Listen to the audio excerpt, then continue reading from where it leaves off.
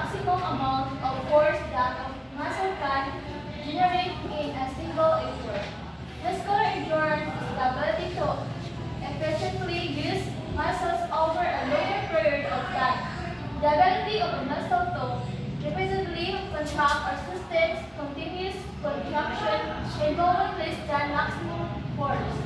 A well-rounded strength training program includes at least one exercise for each of the major muscle groups in your body.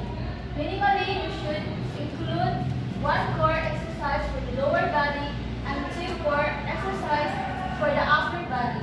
To avoid muscle fatigue, you should arrange your program so that excessive exercise do not involve the same muscle group. This principle will be applied by using the following order for weight training exercise. So morning exercise. Number 1, thighs and hips. Then number 2, chest and upper arms. Number 3, back and thighs and 4, legs and ankles. Number 5, shoulders and arms. 6, abdomen. 7, forearms and 8. Example ana is kanang mga push up, planking, squat, kanang step pang ginahimo kita sa pagbayan exercise. Mga floor jump, hip thrust, mga lateral skipping, lunges, mga example. Then, sa benefits of muscular strength and endurance. Increase the BMR body's need for energy at rest. Change body composition. Decrease the chances of osteoporosis. Improve balance, especially in elderly. Reduce the risk of falls. Increases the chances of coping well with intense physical challenges. Can build a sense of accomplishment and pride. Improve appearance, ability to do more, to reduce work, and to do more work over a longer period of time. Benefits of muscular strength and endurance. Next is strength training principles. First, progression to steadily improve fitness. Level you must continually increase the physical demands to overload their system. Then number 2, overload. The practice to continually increasing the stress placed on the muscle as it becomes capable of producing greater force or has more endurance. To improve strength, one must do more than what their bodies are used to doing. An individual can overload in duration, intensity, or both. If a person's body gets stronger and can perform the same weight, sits and lifts easier.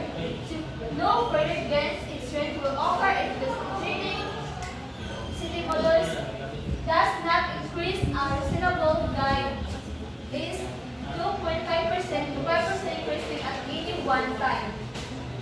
Then, training to fatigue. In order to make significant gains in strength, the muscle have to enter temporary fatigue at some points during the stage. This may occur in the 1 hour in or in the 8 or last couple of repetitions as made of 10. Then number 4 is specificity. Training your muscles for a particular sport with muscle action there are encountered in the sport. A resistance training should also refer and state required during the whole sporting event. Ito ang mga sport sa exercise. Then number 5, periodization, variation in the training volume and intensity. Usually a lifting program that covers 8 to 12 weeks. During this time, varying weight, sit, and lifts to achieve a certain level of performance at the end of the program.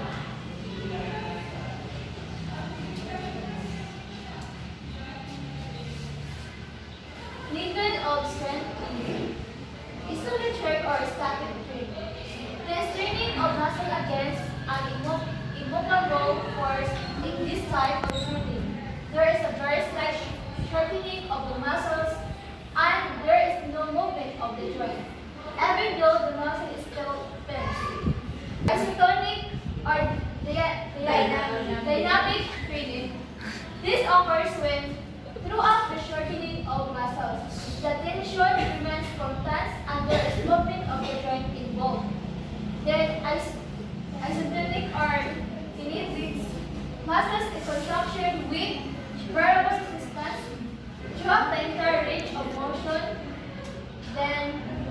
Quick, explosive jumps that are done to improve leg power.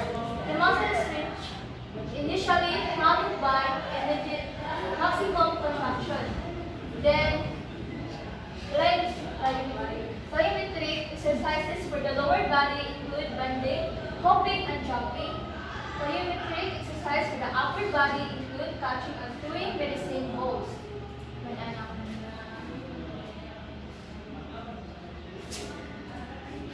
Then, muscle contraction.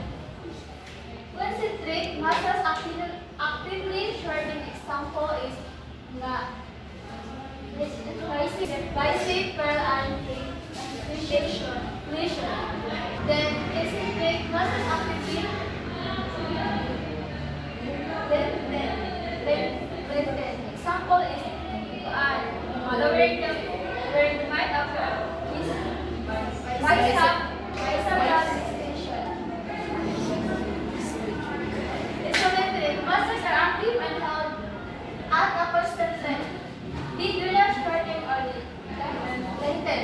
When tension develops in the muscles but no movement forward. Example is carrying a heavy object in front of you. Your arms are not moving together or your muscles pushing your hands together. Diba? May nalakad sa mga bugat na hypertrophy. Then the muscles fiber types. Slow twitch muscles, fibers with muscles, fibers that are slow to contract and resistant to fatigue with a wide muscle, fibers that are quick to contract and contagiously fast twitch muscles fibers. Then, setting up a weight training program, how much, how many. Then number 1, you must first decide if you want to turn up or look up.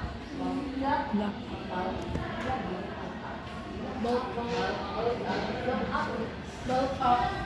Turn up or look up. And ultimately, whether or not you want to focus on developing strength or endurance.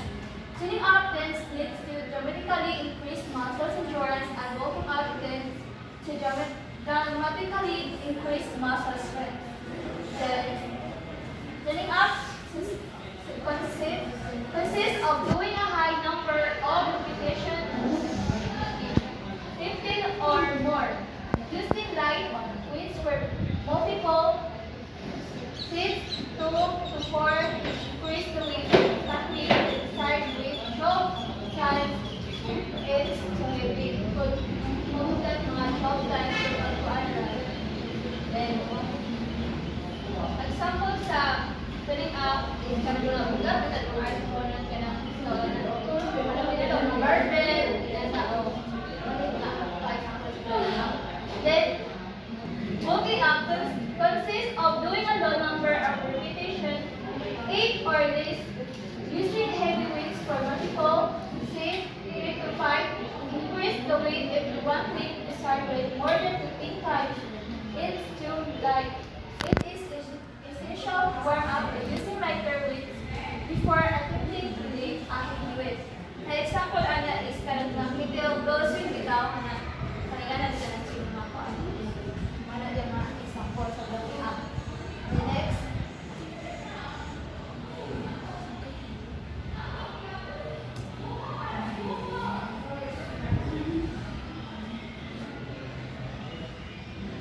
number 2,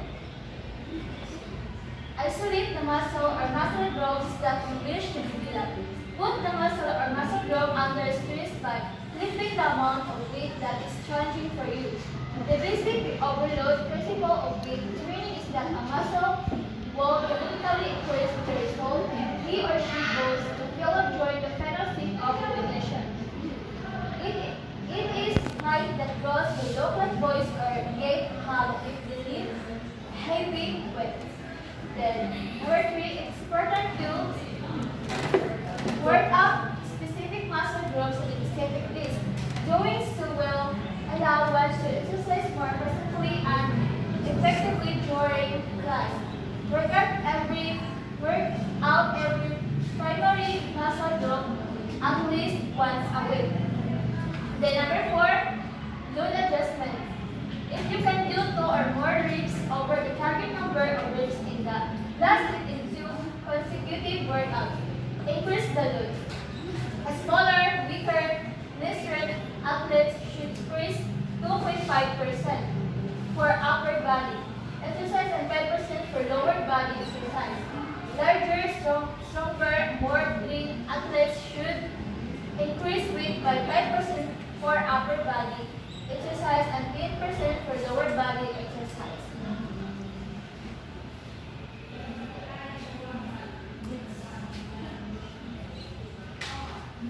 Strength training definition. Still strength training classification for more room. Repetition. The act of repeating doing an exercise multiple times.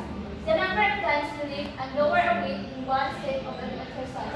For example, if you lift and lower a weight 5 times before putting the weight down, you after which you take a brief rest.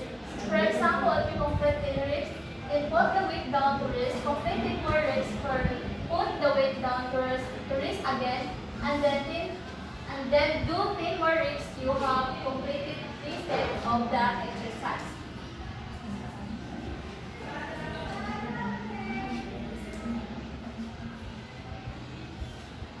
Then strength training tips. Keep joints slightly loose with lifting weights, pulling, extending your arms and legs. Lacking a joint could lead to serious injury.